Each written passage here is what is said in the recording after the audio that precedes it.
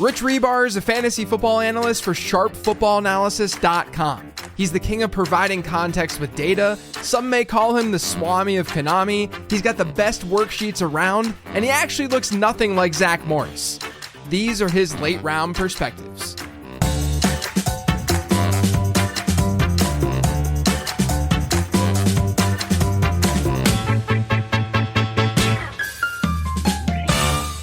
I always like starting these shows, man, with a little bit of background. You and I have been buddies for a while now. I know your background pretty intimately, obviously, more than just your career at this point. But, you're to me, obviously, you're a sounding board for me. You and I go back and forth literally. I don't think this is like an exaggeration. It's like literally every day of our lives talking ball and stuff and just talking fantasy. About, yeah, I mean, like pretty much.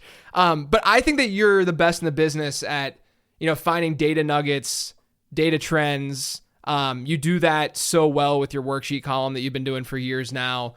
What do you think? And I know that you're going to have to pat yourself on the back a little bit here, and you're not one to really enjoy doing that. But what do you think gives you an edge in finding the information that you find? It's funny. The first thing that comes to my mind is not patting myself on the back. It's asking, why do I hate myself to this degree and put myself through this, because, the one thing that, definitely I do take a tremendous amount of pride in with something like the worksheet that I've actually been doing over a decade now, which, oh my goodness, oh my God, it feels so crazy to think about. We've been doing this over, 10 years of our lives at this point. Yeah. But, there's been other columns, Evan's matchups column, being like kind of like the highlight of the industry. Obviously, we had, the great primer from Tags, rest in peace Tags, we miss you. Now Derek's taken over that. We have these other matchups columns in the industry that, make me want to raise my game, and mine comes out first. Mine comes out before everyone else's. So I don't have like any outside influence. I'm not saying that those people like read mine and like go and do theirs either, but I take pride that like, hey, here it is, like out in front early. It's ahead of all these other, big ticket items you get. But I've had the benefit of doing it for so long that I've been able to kind of, a lot of experience in streamlining, understanding what I'm looking for. I have a pretty hard process Monday and Tuesday. Literally Monday, I pull everything like you see in like the bullet points for the worksheet. And I have like a process where I update specific files and kind of go through, and I know exactly kind of what I'm looking for from like a team stuff. Cause that's like more of like your team package. You don't really get any player stuff like up in those bullet points on the worksheet, but I'm giving you, several bullet points per game that impact the game, that are important and relevant to the game on a team level. That you can kind of have there. And then I start doing my player stuff on Tuesdays and writing up literally games on Tuesdays. I do actually start writing up the games a little bit on Monday night overnight, and then just dive into it like real head first on Tuesdays. But it really is just a amount of just effort and put forth and just having a streamlined process of, and then I also have the benefit, I have access to literally the best information that we have available. We've always had like PFR, subs, and I think everyone should actually have a PFR sub and donate to their website. I think think it's something that people should proc that product up. And then obviously, we've had things like Pro Football Focus come along the way and be able to get behind the doors there. Now I have True Media access, which is like literally being plugged into the matrix. So much stuff that I've uncovered over the last 2 years, and I feel like I've only using like 5 to 10% of it, like maybe not even like hardly any of it, that you can get access to. So all of those things kind of coming together. But I mean, it's been a fun ride. I'm really happy that people still enjoy the column. I try to make it bigger and better every year. But yeah, it's good, man. It's crazy how old we are at this point. Yeah. I think though you bring up a good point. Like whenever I do that like data dump, right, every Sunday night. And, throughout Sunday, I'm just kind of jotting things down that I'm seeing while I'm watching the games and all that kind of stuff. But a lot of people will hit me up and be like, how are you coming up with these data nuggets so quickly and all that? And first off, again, I have to be very clear. I think you are the best at coming up with those types of nuggets and making them relevant too. A lot of people can just come up with whatever that's not actionable. Right. And I think that you do very good things with making actionable items. But what you said is really key. It's the process of like having sheets, whether it's spreadsheets or however you're working with data, having things set up so things are very automated. Like I'm not saying everything is going to be just like, oh, I click a button and these data nuggets get pooped out. That's not really what I'm saying here. It's more so like you have a process with how you're inputting that data, And as a result of that process, you're able to quickly uncover things that other people aren't necessarily able to uncover. And I'm speaking also, what a lot of folks don't realize is a lot of that has to do with looking at history and looking at previous years and not just in the singular year. A lot of the nuggets that you're going to bring up or that I'll throw in the data thread and stuff that are going to be most impactful and most interesting are the ones that are comparing what's going on presently to history and not just what's going on, it's week 8 and here's what happened in week 7 versus week 8. But I'm talking like, here's what happened in 2015 to 2020. And this is the X best target share that we've seen, et cetera, over this time frame. And your ability to have that all set up to then at the tip of your fingers just be able to search for something and look something up goes a very, very long way. Now, I know that I'm speaking sort of to like the fantasy analyst here in a way to like get yourself set up in that fashion. But I do want to say that like it's this combination of like having that setup and having things ready to go alongside experience. You've been doing this now for so long, what you're just generally looking for. Like you've seen these stories play out to some degree, and so you can kind of search that way as well. To that point, you're someone who, like me, we like to look at sort of the high level stuff with the game before we dig into the team level and the individual player level. What did you see in 2023 that you think could make a big fantasy impact into 2024?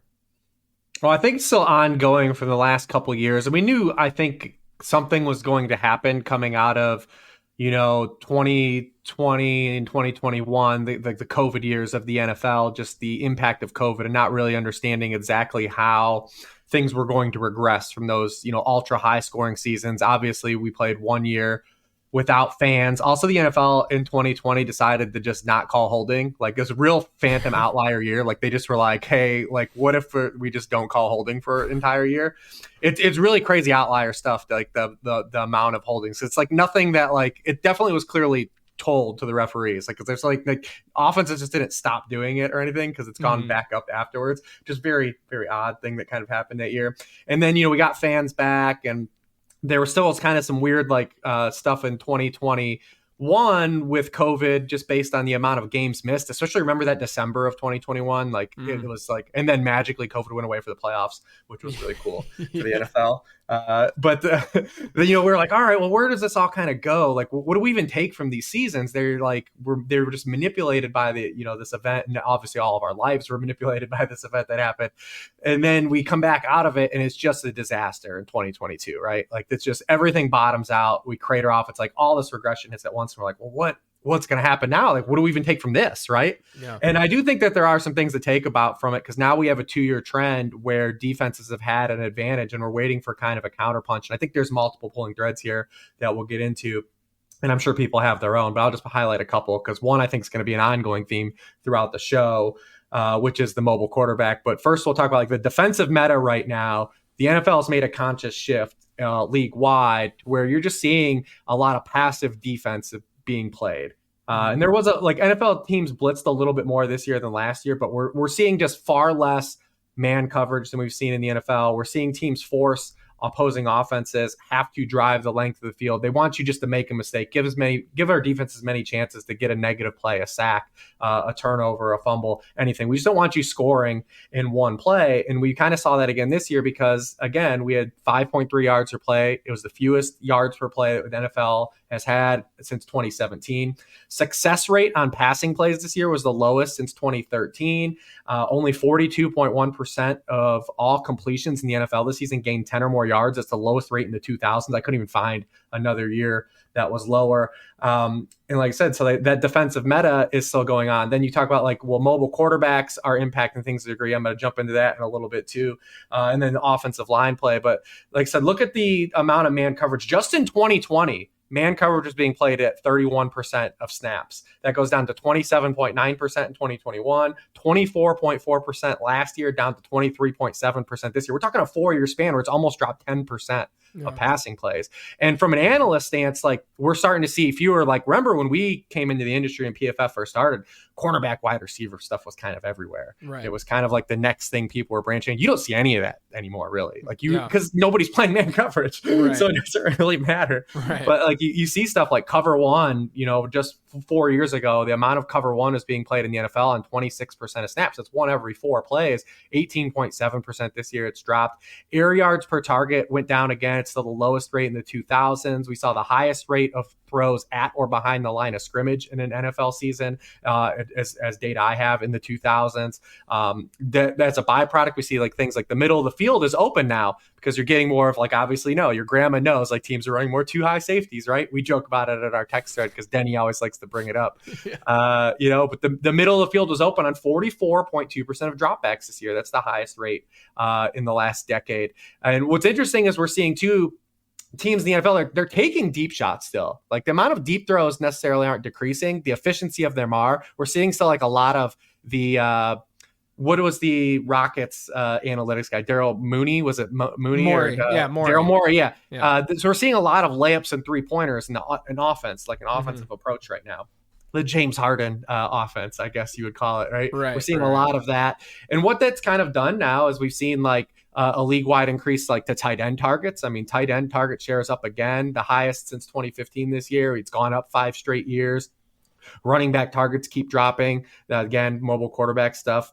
We're also seeing an influx from the college game, again, tied to our mobile quarterbacks. I mean, this year, 71% of all plays were taken out of shotgun, highest rate ever in NFL this year. For context, if you just go back to 2010, we're talking a decade ago, it was 35%. That's crazy. So we're doubled. And you see the average time to throw this year was the highest rate ever, 2.8 seconds. Guys are holding on the football longer. We also see like tied to offensive line pressure rate this year, highest rate since 2010. With the highest sack rate in the NFL since 1998. First time it was over a 7% sack rate since 1999. And I've done a lot of work on this. If you follow me on Twitter, sack avoidance and understanding that sacks are like a turnover on a drive. I mean, you basically, your scoring chances triple when you don't have a sack on a drive, and your touchdown rates more than double when you don't have a sack on a drive. The thing that happened this year versus last year, though, is where last year teams were like, all right, well, we got a counter punch here. We're going to run the football. Running games are awful this year. It was one of the worst rushing seasons in NFL history. Yards before contact on runs was the lowest rate in the 2000s. I said offensive line and health played a huge deal. Only 9 teams had the same offensive line combo on the field for 50% of their snaps this season. Just 3 were at 75%. 10 teams were at 25% or lower. Only 2 of those teams made the playoffs, Houston and Miami. Props to them for working around all the issues that they had.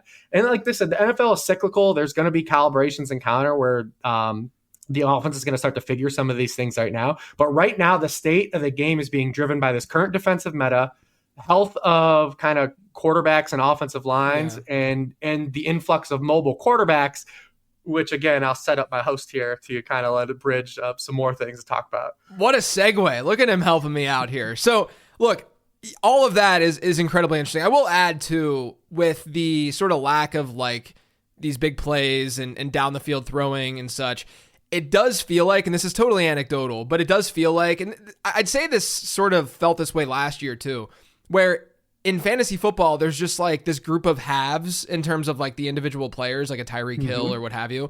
And then there's just a large, massive group of have-nots. And if you don't have the have-nots, or if you don't have the haves rather, and you just have a bunch of have-nots, it's going to be really difficult to win in fantasy football. And essentially we've gotten to a point where, especially like at wide receiver, for instance, you're either going to be a big play receiver who can get by on a 22% target share, but that's becoming rarer and rarer, or you're just getting pounded with the football and seeing a 30% target share. And that's the way that you can sort of make up for that. It's just becoming increasingly more rare, which makes, the CeeDee Lamb season and, what Tyreek did this season, it makes those years, that much more important and valuable for your fantasy squad. So I think all of that does tie into just having those halves. And if you landed one of those guys, chances are you had a pretty decent fantasy season just because they really separated themselves as unicorns. The interesting thing that's changed is we're getting more wide receivers on the field than ever in the NFL. And, but we're seeing that now like you kind of hinted at, the target tree is almost condensing. And we're seeing NFL teams, one of the counters they have is using their wide receivers in terms of versatility. Like CeeDee Lamb's a great example, basically plays 50% of his snaps in the slot, 50% outside. Tyreek's a good example. You see how Mike McDaniel used him. And they're just trying to find ways to get the ball to their best players now. And that's kind of way the position is kind of changing. We no longer have just like a guy. It's like, you got to get this X wide receiver, like old school Julio Jones, right? Like you just got to have this guy. The alphas of the wide receiver position have changed now, and it's manifested to these guys that can kind of do everything. Yep. 100%. All right. So let's talk about these mobile quarterbacks. I don't think everyone listening to this realizes they've probably seen the notion of Konami code quarterbacks get thrown out there on social media or even talked about on podcasts before. They may not realize that you, Rich, were the one who coined the term back in like 2013, I want to say, over on numberfire.com. Were you? Did a couple. Yeah. I was the editor in chief at numberfire.com at the time.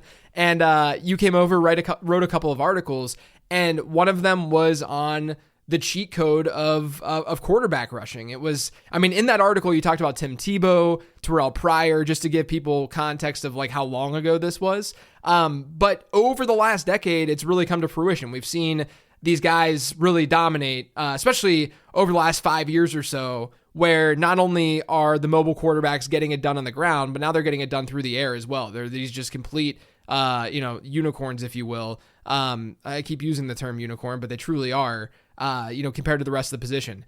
This year, though, I think was at least a little interesting, and I'm curious to hear your thoughts, because at the top, you had the typical guys. You had, Jalen Hurts and Josh Allen doing their thing and scoring an obscene amount of rushing touchdowns and being able to get it done that way. But this year, you also had Dak Prescott, who's not the same rusher that he used to be, back in his heyday, when he was younger, I guess. I guess his heyday is still current because he was almost the MVP this season.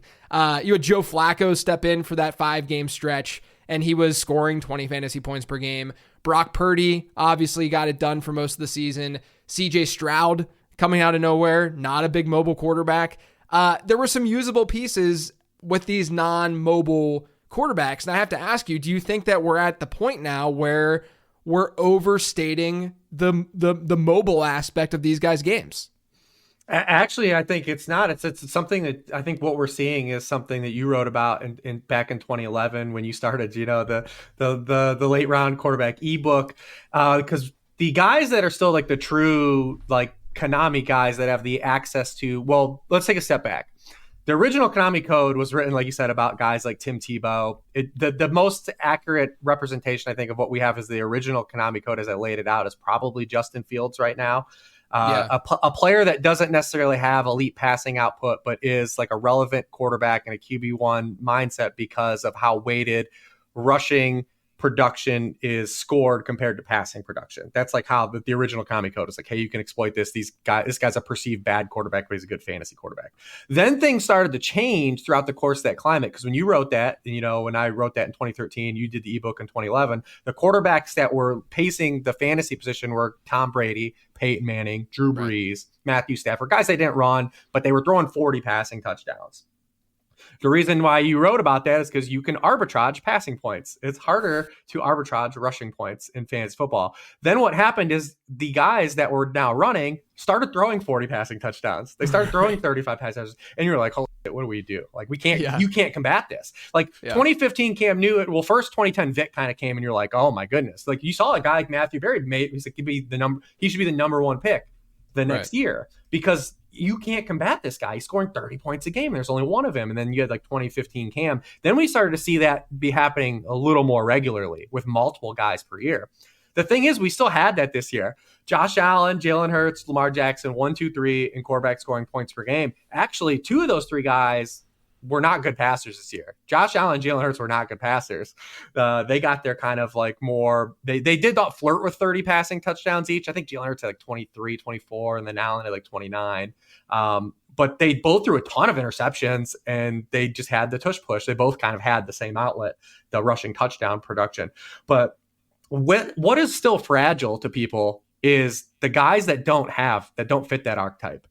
And you've seen it happen with that with Patrick Mahomes, Joe Burrow, Justin Herbert the past 2 years. Those guys are way more fragile, and their ADP should not be where they are. If you can't get a Josh Allen, a Jalen Hurts, a Lamar Jackson, a guy that has that true ability to give you kind of 35 to 50% rushing point production while still even combating like the QB1s from a passing angle too, that's the archetype. And gamers have realized for a couple of years, you know, I know you've done work with it, like Mike Leone's done work with it, like the accuracy of people knowing what archetype wins in fantasy football when you hit that. But we still see the fragility from the Burrows. Mahomes had his first year, so granted it could just be an outlier for his career, but we saw like when Mahomes, like he's susceptible because he's not an elite runner. He gives you rushing production, but he's giving you in like that realm of like two to four rushing points per game, right? Like, you know, 1 to 3, that area. He's not like a traditional, it's all icing on the cake, toppings on the sundae type of things with a guy like Patrick Mahomes and like Burrow and Herbert, those guys I named out. Those guys are fragile.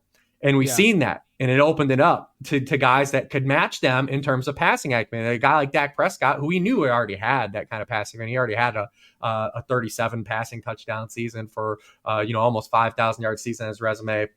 Guys like Cousins, Purdy got there, but when that archetype of quarterback is still being elevated too highly. And what happens is, gamers get in these rooms and they're like, oh, QB1 goes off the board, QB2, 3 goes off the board. And they're like, well, I've got 3 receivers. I've got my 2 running backs. And you start the roster fill, right? And just take the next guy. We see this all the time in your fantasy drafts, but like that's the area where if you don't land one of the archetype guys that I said fits in that bucket, just keep waiting, because the rest of the guys are all very similar from a fantasy stance and they can be arbitrage. We see outliers spike every year in that sense. Last year we had like Geno Smith, this year we had Baker Mayfield, Jordan Love, you mentioned Flacco for like his, spurt.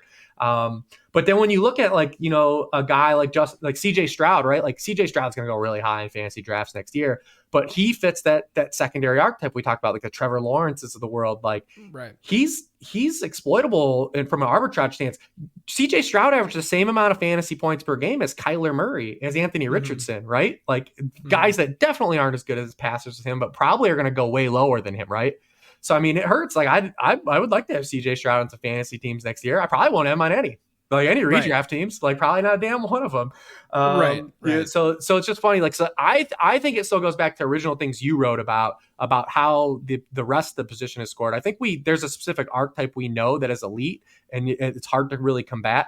But the fragility of some of the other guys, even a guy like Patrick Mahomes, had this fragility. Yeah. But the difference, too, though, with Mahomes and let's say a Joe Burrow or a Justin Herbert is we're going to have a better sense of him as a passer from a numbers perspective. Like, we're going to have more confidence in what Patrick Mahomes will be able to do. But to your point, if he has even a slightly worse season just in general, passing wise, we're going to get what we got this year, right? Which is a low end QB1, high end QB2 season. I mean, he was just not that great of a fantasy quarterback. The other thing to point out here too, I wrote about this extensively in last year's draft guide because I think it was a very, very important point to make, is that we see so much volatility year to year with the quarterback position in terms of the guys who end up like the names that are on top of the list. The names even that I mentioned whenever I asked this question: Dak Prescott, Joe Flacco, Brock Purdy, CJ Stroud. These guys came from nowhere. They weren't the Trevor Lawrences of the world where it was this pocket passer who we were drafting in the middle rounds, hoping that this was the year that he was going to throw 38 touchdown passes. These are all players that were drafted relatively late. And, I didn't even like, for instance, there were a lot of instances where I was fading Dak Prescott at first, and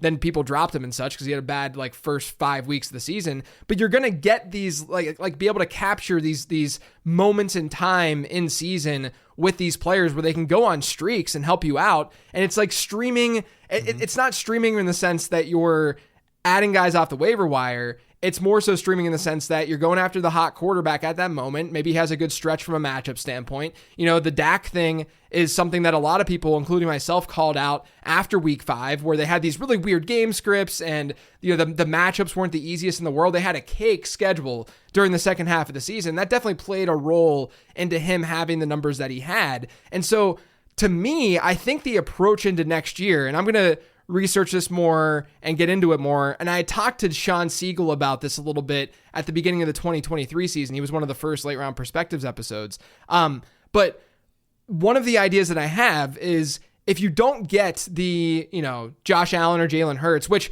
I think there are arguments depending on where they land ADP wise, you're not going to want to go after them just because of opportunity costs. We saw that gap shrink this year, exactly what we thought was going to happen. The gap shrunk from these elite guys on top and what they did versus the rest of the position. It shrunk this year because the middle tier quarterbacks, the middle QB1s were just a little bit better. That's all we needed, for them to just be a little bit better. And that's what happened. So the guys like Josh Allen and Jalen Hurts weren't giving you as much of an advantage. But let's just pretend next season you don't get a Hurts or an Allen or a Lamar. I think that in smaller leagues, it's easier to go after those guys. In bigger leagues, it's more difficult to go after those guys. But let's just say that you don't get one of those players. The idea might be to just throw darts at a couple of maybe high-end QB2s, or don't be afraid to roster multiple quarterbacks at the end. I think that we've sort of shifted and moved on from streaming. Streaming is not super, super viable in most leagues at this point. Denny Carter and I have Living the Stream. We stream quarterbacks every week. We're tracking it. And over the last 3 years, when people have gotten smarter with the mobile stuff and understanding which quarterbacks are more valuable, it's become more difficult when you look at percent roster numbers to find quarterbacks off the waiver wire who are going to be viable. And so the alternative to that might be that you get multiple high-end QB2s who don't have high opportunity costs. The biggest opportunity cost in getting that is having a bench spot be used on a quarterback. Right. That's the big thing that matters when you go that route. But I do think that it's something that people should be thinking about a little bit more, as opposed to how we've been approaching the game over the last, 5 to 10 years, where you can very easily just go to the waiver wire and find guys that are going to be usable in a given week. Yeah, I think the most important thing to take from both points that we bring up is, and I think you've done some work on this too with ADP, is, you just don't want to be the gamer that's taking QB 5 through QB 10. Right. You just don't want to be that gamer. Right. That area is where you're kind of losing, you've already lost all your positional leverage largely, and then the opportunity cost just isn't worth what you're able to arbitrage later on, like you said. Yeah. So and most people play at home leagues to where they have to roster multiple quarterbacks just because the rest of their league is, and if they let a guy go, what I mean? It's most gamers are playing in leagues where multiple quarterbacks are on each roster. So it is beneficial to you to maybe take two that maybe their schedules line up, or maybe you like one guy for upside, or that line up with each other to give you kind of those outs, or just to be able to kind of play the field, play opportunities, and see what kind of comes along. I love that. Basically, I said, just don't be that gamer that takes QB 5 through QB 10. Yeah, and don't fall into the trap either that when inevitably one of the QB 5 to QB 10s have a good touchdown rate season, like Joe Burrow had a couple of years ago or what have you.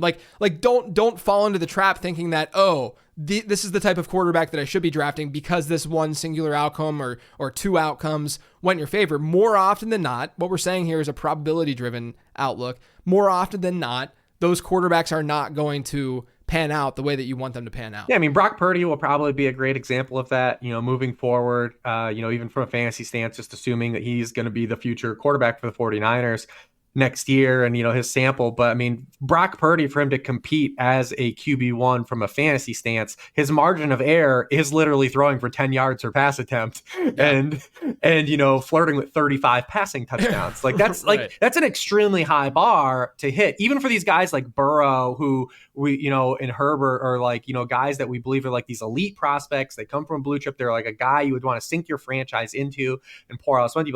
Those guys from a fantasy stance, their margin for error is so thin, and they have to be perfect. And that's kind of what we've seen exposed. And we've seen kind of, like I said, the lead in for where we are with this current defensive meta game.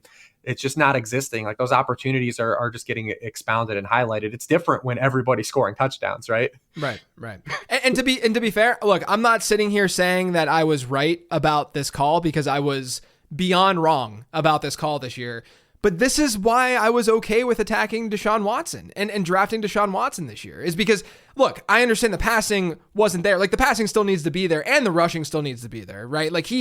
wasn't quite the rusher that we had seen before, but he definitely wasn't the passer. But the idea behind that is what was most important. The idea behind getting a dual threat guy, after a player like Trevor Lawrence was being drafted, I had Deshaun Watson straight up above Trevor Lawrence this year in my rankings. And to be honest, Rich, you could look back on the season and say that wasn't that bad of a call because Deshaun Watson got hurt and then you just stopped using him. Whereas Trevor Lawrence, you're plugging in 15 points into your starting court. Yeah. Just hoping that something turns around. But yeah, I think you're taking hostage. You're taking hostage on your roster.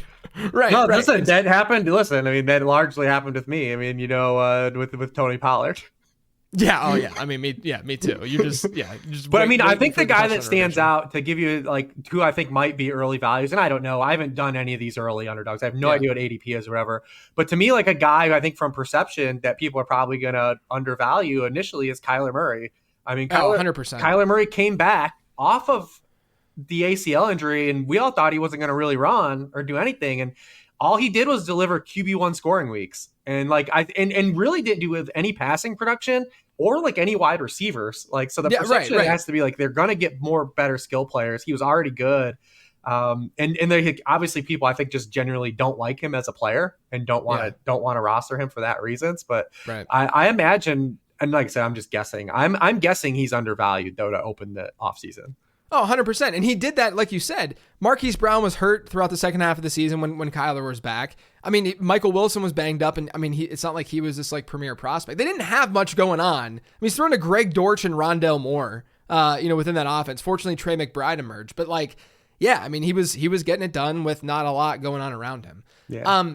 Let's shift our focus to running back now. I have not fleshed this out whatsoever, so I'm curious to where your head is at with this topic. But it seems like anecdotally this past year, we didn't see fantasy production from running backs who had massive ground game workloads. I'm talking Devon Achane, obviously Jahmyr Gibbs, two sort of, Achane especially more undersized. But even Breece Hall. Breece Hall was not carrying the ball that much in the Jets backfield when you look at the season in sum, right? We're talking players right now who are touching the ball on the ground 12, 13 times per game.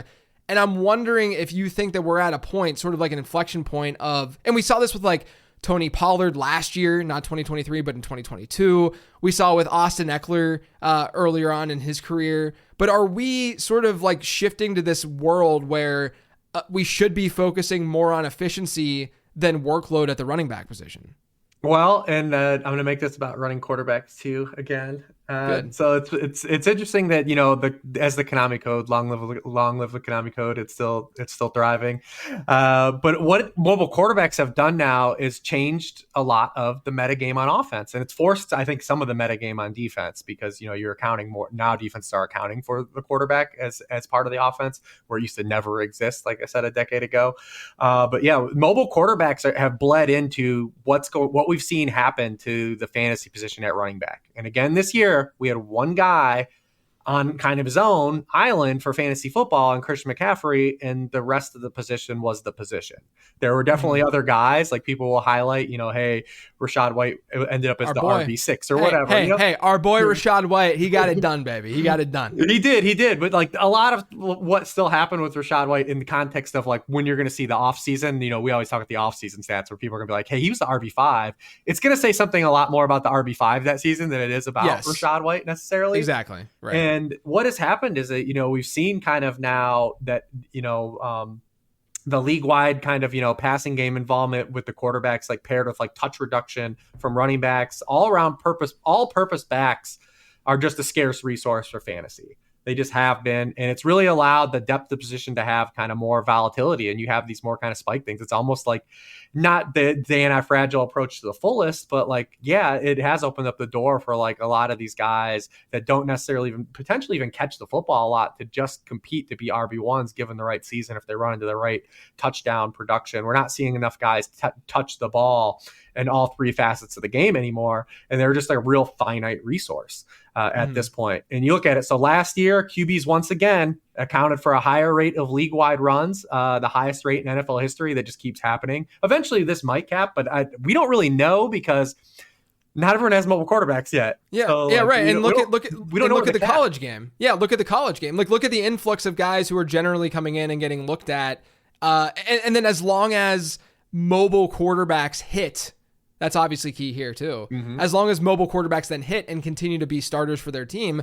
Yeah, I mean, like we could see like what percentage of the NFL right now has a starting quarterback who's seeing significant work on the ground? I mean, it's we're not talking even like 9 to 12 teams. Right, exactly. And so we don't really know where the cap is, but once again, this past year, quarterbacks accounted for the highest rate of league-wide runs, and and not only that, they because scrambles are always factored into raw rushing attempts for quarterbacks. They actually also accounted for their highest rate of designed runs again.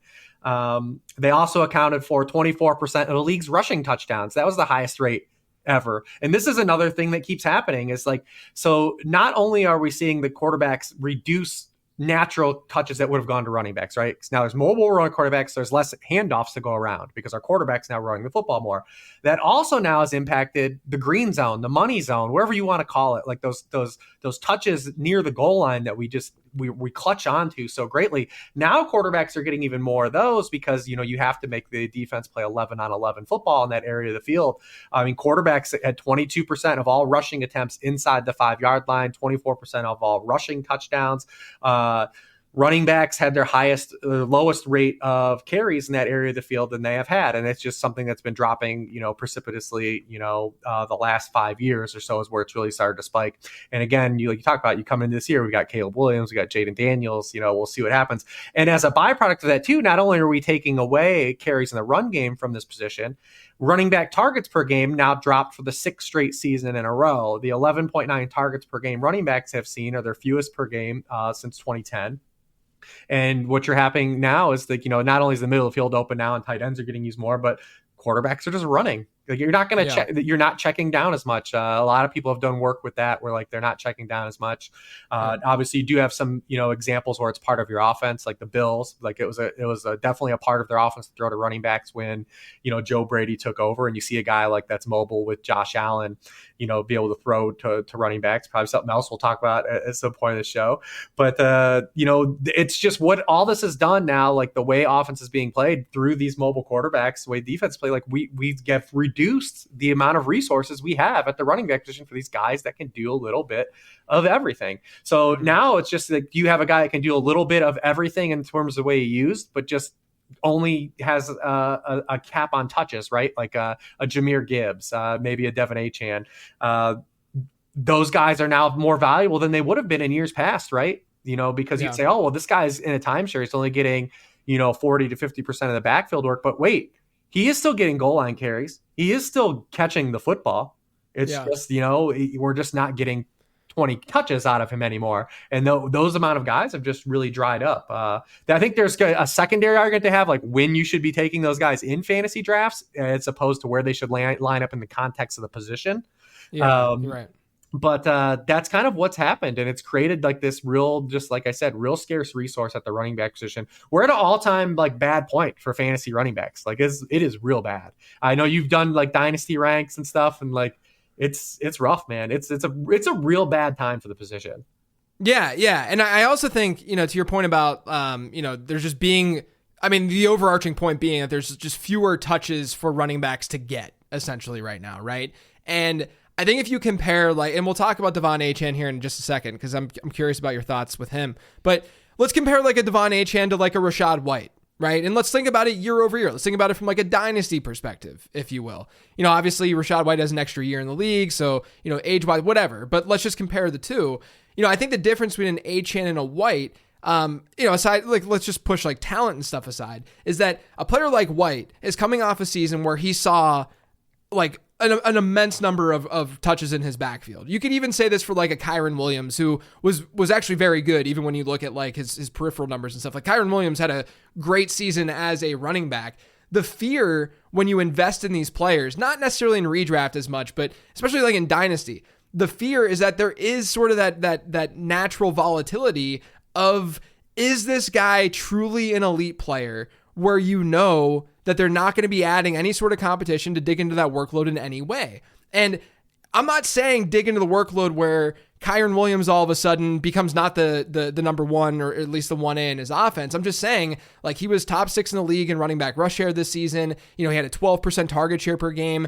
You get one player who's at least semi-capable in that backfield, and if the Rams decide to use him a little bit more, maybe the Rams aren't the best example just because we know how Sean McVay will seemingly ride these guys, even if it's a random but definitely player White or like a Travis Etienne. Yeah, right, exactly. These players where, like, that was a fear for sure with Travis Etienne going into the season with Tank Bigsby. Bigsby just ended up not really hitting, and who knows what's going to happen there. But, like, Rachaad White, probably the best example that we can look at right now, where is he good? I think he's good. I liked him as a prospect. I think you liked him as a prospect. Like, is he elite? I don't know that we would sit and watch Rachaad White and say that he is absolutely going to see a Saquon Barkley workload year in and year out. And so what that means is that if they add one small piece of competition that's not Chase Edmonds and Keyshawn Vaughn or whoever's going to be back there, there is that fragility to Rachaad White's workload. And then all of a sudden, he can't back up into just being a really good player on limited touches.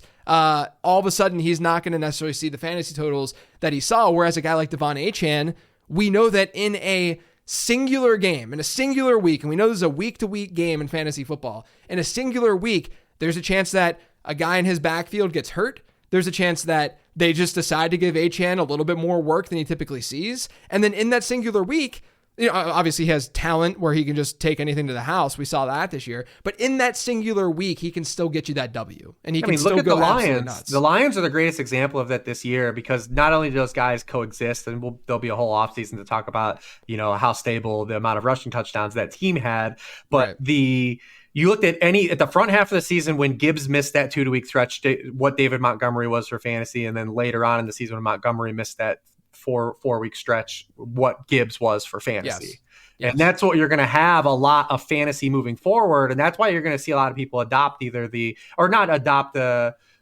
zero RB approach, the anchor RB approach, but you're only going to see that extended further, I believe, in fantasy. Agreed. And what's going to happen though, is you're going to see eventually because of the context of the position, where guys are going to be ranked. Let's just use Jahmyr Gibbs for a great example, because I think he's going to be probably the guy that's going to end up with, at least if he doesn't end up in the first round next year, he's going to be at like the turn.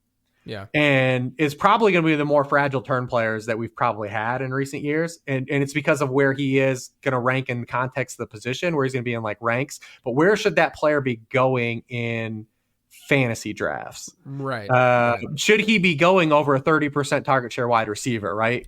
Which will be happening. And not that those guys are all tried and true, but like you have to understand what you're buying first, and what you're paying for at just a face value.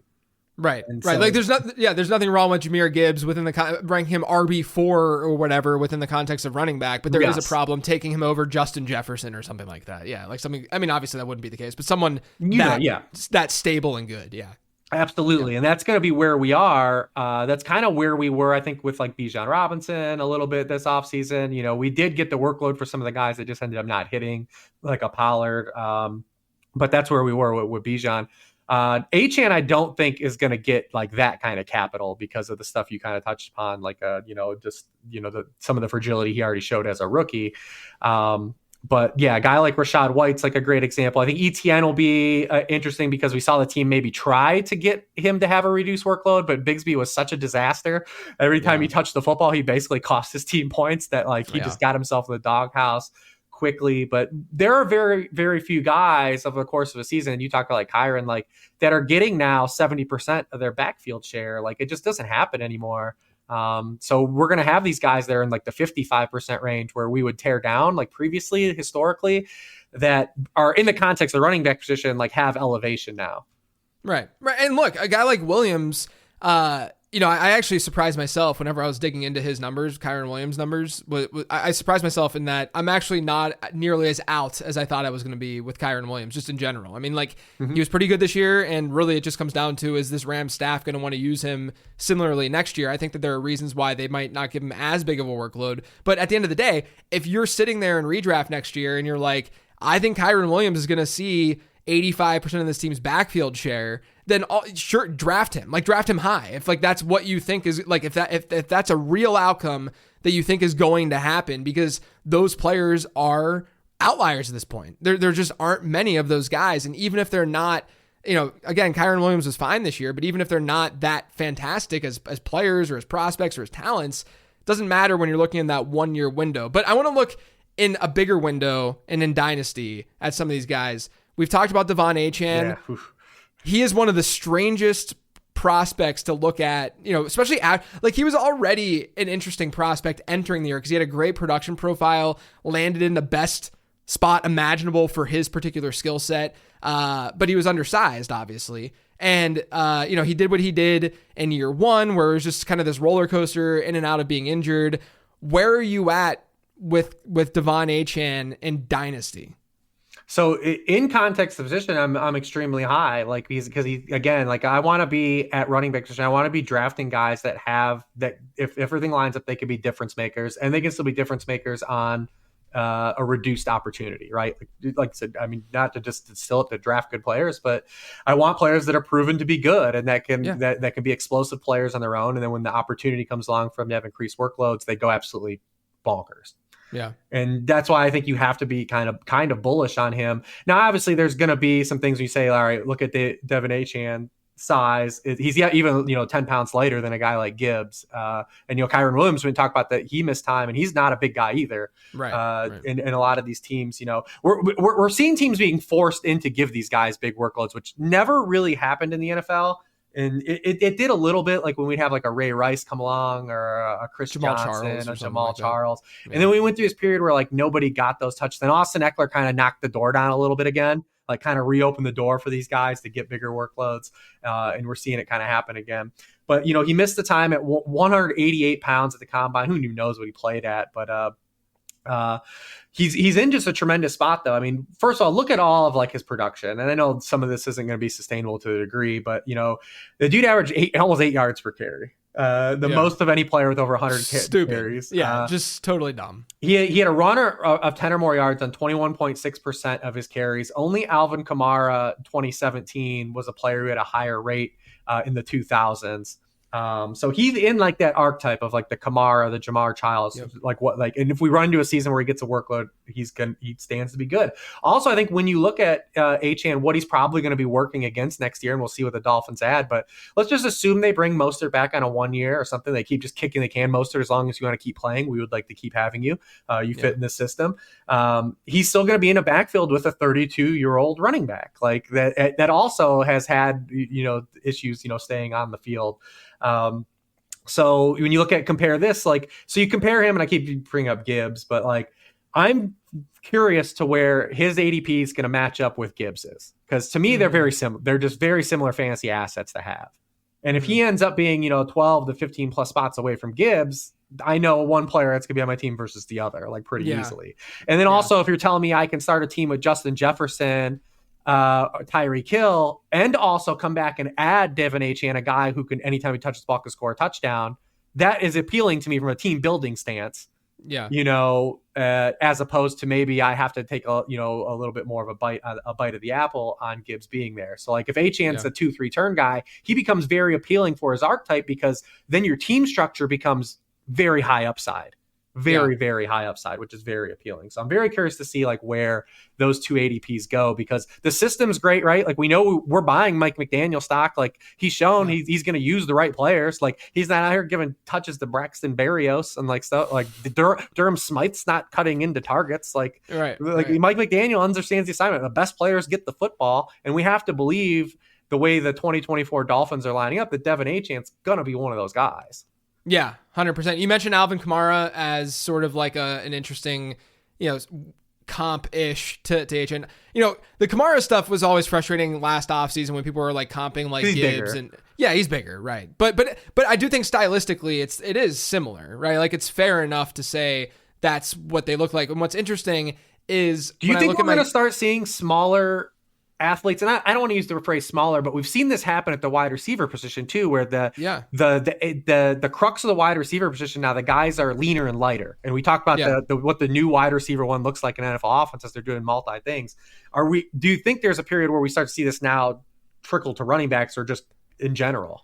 But here's the thing. This is my response to this all the time, is that we both know that there is signal to running back weight when we're doing analysis, like when we're prospecting and stuff. There's signal to it because historically this is what's happened, right? But I think you and I would both agree that the reason there's signal is not necessarily because we think those smaller running backs are incapable. The reason that there's signal is because teams are just choosing to do what they do from a volume perspective, right? They're not giving those guys a massive workload. I don't think 2023 changed that narrative per se. I look at Devon Achane, didn't see massive workloads. Like Keaton Mitchell, as interesting as he was as a player, and I still he's in this bucket as like an even cheaper option who doesn't have necessarily like the profile and stuff that a Gibbs or an Achane has, but it's still sort of this archetype of player. Keaton Mitchell wasn't seeing a lot of work either. It's just he can break a long run and do these crazy things with the ball in his hand. I think teams are going to be more willing to give those guys just enough more volume to where they're going to be more fantasy relevant. But I don't think they're going to make them workhorses. Like because it didn't even happen this season, like we might see them become more accepting to it, which is, I hope, right? Like I have stylistically, I love smaller running backs. Like whenever I'm watching these guys, like I always like lean into that kind of just player naturally a little bit more because they're more exciting to watch and they're aesthetically more pleasing. It's a Tavon Austin role, man. Right. It's way more fun. Look at this dude, he looks cool as hell. Yeah, right. But then you have to just be objective and be like, okay, well, this is not how teams have generally, used these guys. But with Achane, what's interesting is I have my year 2 model, which looks at prospect score and then looks at some metrics that these guys accumulated during year 1. His number 1, and then I have journey comparables, which a journey comparable just looks at the prospect score, finds guys in a similar range in prospect score, and then looks at their year 2 model score, which predicts year 2 and year 3 in the NFL. And it combines those two and says which players kind of made a similar jump or decrease from prospect score to year 2 score. Devon Achane's number 1 comp and journey comparable is Alvin Kamara. Like a guy who had a pretty decent prospect score, but we didn't expect what we saw during the rookie season per se. And then, his year 2 score looks pretty good and, similar-ish enough draft capital between the two too. So I do think that we're, on our way to seeing something special from an Achane and a Jahmyr Gibbs obviously being thrown in that too. Yeah, people are I keep using Gibbs as the example because he's going to be he's already being regarded. Like we already know where he's going to be drafted. He's Alvin Kamara now in fantasy after. Yeah, exactly. Right. But again, the David Montgomery is gonna be there. There'll be stuff to talk about. Whereas Achane might be going, like I said, against a 32-year-old running back. Like it is. Yes. We'll see what the Dolphins add. I assume they'll probably be like the old Balky Niners and probably add a running back at an off season or something. Yeah. Considering Jeff Wilson and how many bodies they went through at the position this year, but.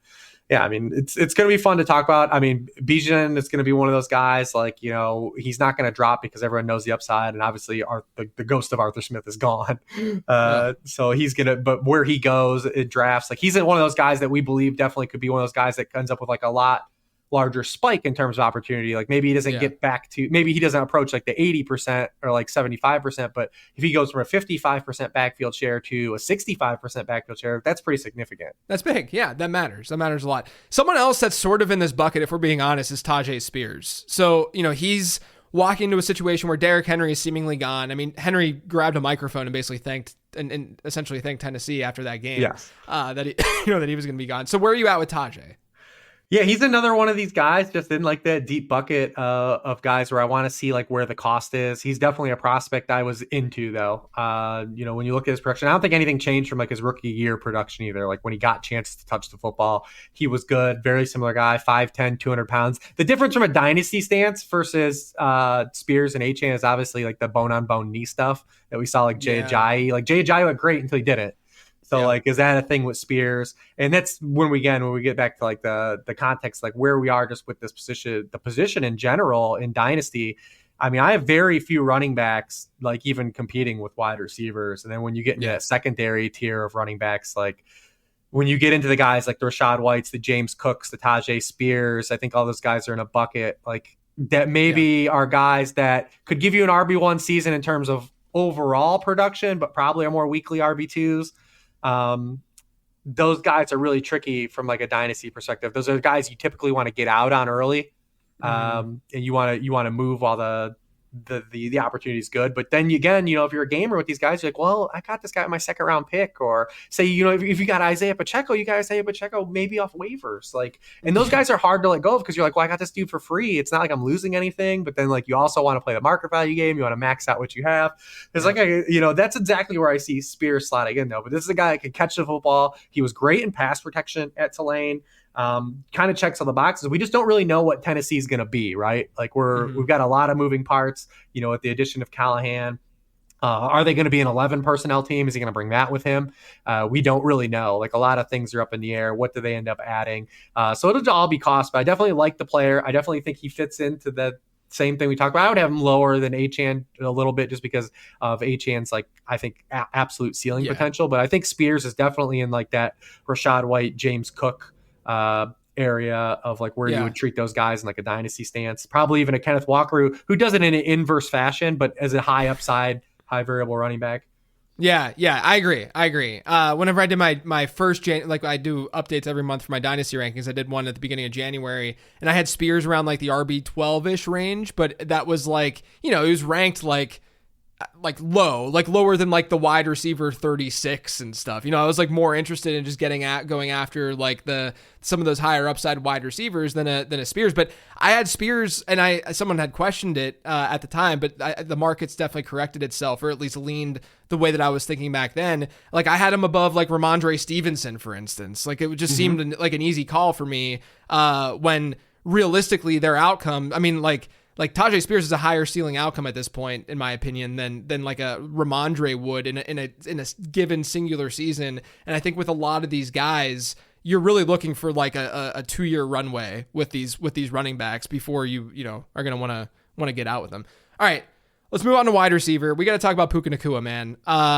What in the world happened his rookie season? I've never seen anything like this. I'm sure you've never seen anything like this. But right now, I just got to throw out there, his year 2 model score is a 99, which is basically where we only see incredible talents like Jamar Chase, etc., Justin Jefferson, after their crazy rookie seasons. The obvious difference, he did not have even close to the prospect score and profile and such that those guys had. When I look for like a real comp from a journey comparable standpoint, it's like, maybe Terry McLaurin, but it's not. But he's, obviously McLaurin wasn't as good as Puka Nacua his rookie season. Then Cooper Kupp is also sort of one where Kupp had a really underrated rookie season, and but he wasn't as bad of a prospect objectively as Nacua. And then he didn't do what Nacua did his rookie season. What I'm getting at here is I'm confused out of my mind because I have this dude as a clear-cut wide receiver 1 in Dynasty, like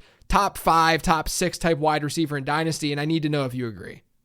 Yeah, I do, because we don't really have any inclination that, one McVay is going to be leaving anytime soon. And, Stafford definitely has multiple seasons left as long as I think he wants to keep playing. And then obviously they should be planning for the future there as well. But I mean, we saw all the videos of Les Snead and Sean McVay talking about him. They talked about him like we did. We talked about when you watch Puka Nacua, like the guy had just like some injury stuff at BYU, but he was a demon. Like anytime he got the ball, and he got it in multiple ways, but like his whole like tape was littered with stuff of not just running through guys like he did this year, but like sideline catches and everything. And you saw like when Les Snead in that video, like they were like we got to get wait till we get it.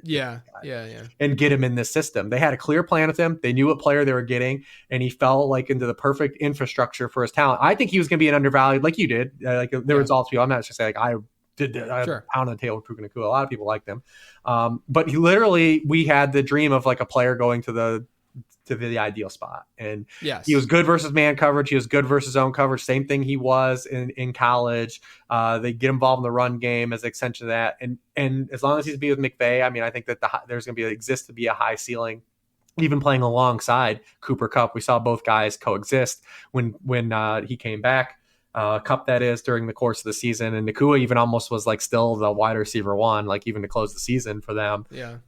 With Cup kind of aging out. So, I mean, yeah, I don't think there's any reason to move him down. I think when you look at where the dynasty landscape is and you get to kind of like ranking these guys in order, I don't see any reason why he doesn't belong with like the Chris Olave, Garrett Wilson guys. You know, you might want one of those guys higher. I don't take umbrage with you if you do, but right. I think when you factor in his age, only going to be 23 years old at the start of next season, he definitely belongs, you know, higher than even I think the group of guys people maybe are still latching onto, like even like an AJ Brown, right? Who still is a clear wide receiver one, but you're talking about a 4-year difference.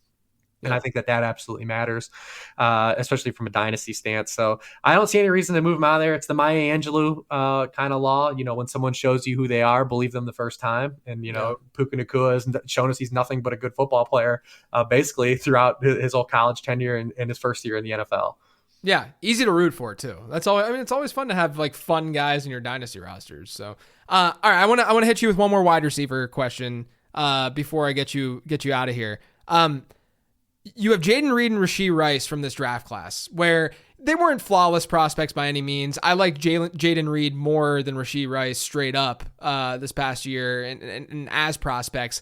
Now I think you can make the argument for Rice over Reed, but I talked about this on my mailbag episode last week, where I think it's fairly close between the two, because I think there are marks where there are question marks with both of them in different ways. So I'm curious where you're at with both Rice and Reed. Yeah, both are tricky from, I think, a dynasty overall perspective, like where you would rank them. I think you feel positive about you're happy if you took either one at this point, though. Right. You feel good. I'm not saying like there's a reason to get out, but there is some reason to say like maybe like these guys cap at a certain point.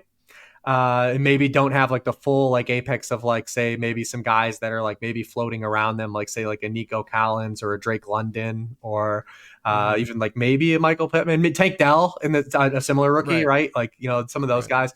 I mean, Rashee Rice is very tricky because SMU didn't really run like a real offense. All he got was screens and deep targets, and really all he got was screens as a rookie. And It's very hard. He's a unique player. He's in a wide open target tree. And granted, the Chiefs might even have Travis Kelce next year. Yeah. And you're attached to the holy grail of inflation, Patrick Mahomes, right? Like we did it with McCole Hardman. We did it with Sky Moore. Like, you get a chance to play with Patrick Mahomes, like you're going to go along someone eventually was going to go along for the ride, right? Like eventually someone was. It was going to finally work, yeah. But there was 151 wide receivers this year to run 100 or more pass routes. He was 149th out of those guys in air yards per target, ahead of just Paris Campbell and Kadarius Toney. 70% of his yards were after the catch. That was fourth in the NFL. To give you some context, 61% of Deebo Samuel's yards come after the catch, so even 10% higher. He was fourth in the league in screen targets. And you just got to ask yourself, like, where does the growth and expansion go? Like, 'cause we don't know, because he didn't do anything differently as a rookie that he really didn't do at SMU. Right. And so it just takes a lot more projection and a lot more willing to lean into, say, point at Patrick Mahomes and say, yes, that. Yeah. So there's the reason you would say, like, you know, like how high does it go? We don't really know. He's going to be great too. His initial draft capital is going to be interesting too. We assume the Chiefs are going to do some stuff this offseason, but we've said that for years and they haven't. Like, so maybe they don't. And they keep making the Super Bowl, so maybe they're not going to put their resources that way. Jayden Reed, very similar. The question for Jayden Reed, I think, immediate picture is what happens, like, with this Green Bay wide receiving core in general. Do they all end up just cannibalizing each other? Jayden Reed is a rookie, phenomenal. Showed he can win against man coverage. He was tops of the teams in on the Packers in yards per out run against man coverage, top target earner against man coverage as well. But again, he only played in essentially 11 personnel when they had two wide receivers on the field. He didn't play. He came off the field. We've seen them get ancillary production out of guys like Dontavian Wicks, of course, over the course of the season, even Bo Melton towards the end of the season, and they had a player that they're already invested in Christian Watson, essentially not really be available this year. So what happens next year? How do the snap shares kind of get divvied up around the Packers receivers? Is it a rotation? Is it kind of weird? So I feel good about Jayden Reed, the player, obviously, like you did coming in. He checked out. He affirmated everything I believed him in as a player. There's just like some nebulous stuff that you have to place faith in from a projection stance moving forward. That's why I say, like, when I kind of lay those guys out and you see a guy like Tank Dell, I actually think Tank Dell, maybe for being more, I don't want to use the word limited, but like in terms of like stature because he's smaller than those guys. But like, I feel more confident in like Tank Dell's like environment and his situation and from a 2024 stance than I do either of the two guys we talked about.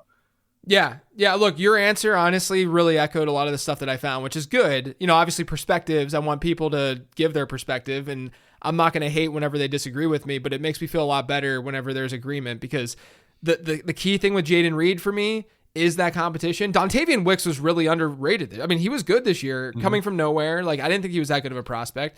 And he did what he did. I just have a hard time. Like, I don't think either of these players are elite players to the point where they're going to dictate a 25% target share year in and year out, right? No matter their environment. And so if the environment does have reasonably good players like Jaden Reed's has, that's a little bit of a concern. And then with Rashee Rice, I agree totally. I worry, like Rashee Rice looks a little bit better in the year 2 model than Jaden Reed does, because his yards per route run and such were out of control this year. But imagine if you would have just played like a full route. Like, the thing is that it almost helped him in a sense. 100%. That's what I'm saying. Yeah, 100%. Like getting these screens, and like no one should question his yak ability either. Like, that's what he showed in college, and that's what he did obviously this year too.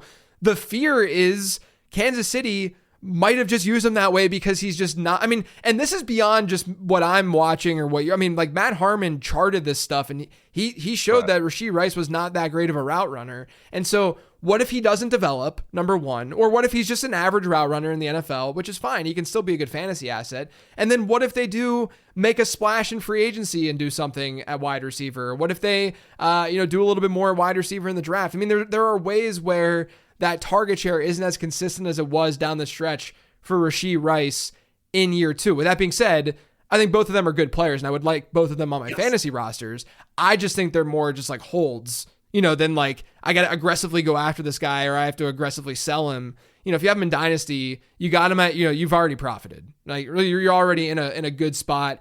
Getting them in the mid second in Superflex, late second in Superflex, you're feeling pretty good. All right, before I let you go, Rich, give me one player that you're I say probably because, the market's the market. It fluctuates and people aren't necessarily feeling the same way about these guys, every hour of every day.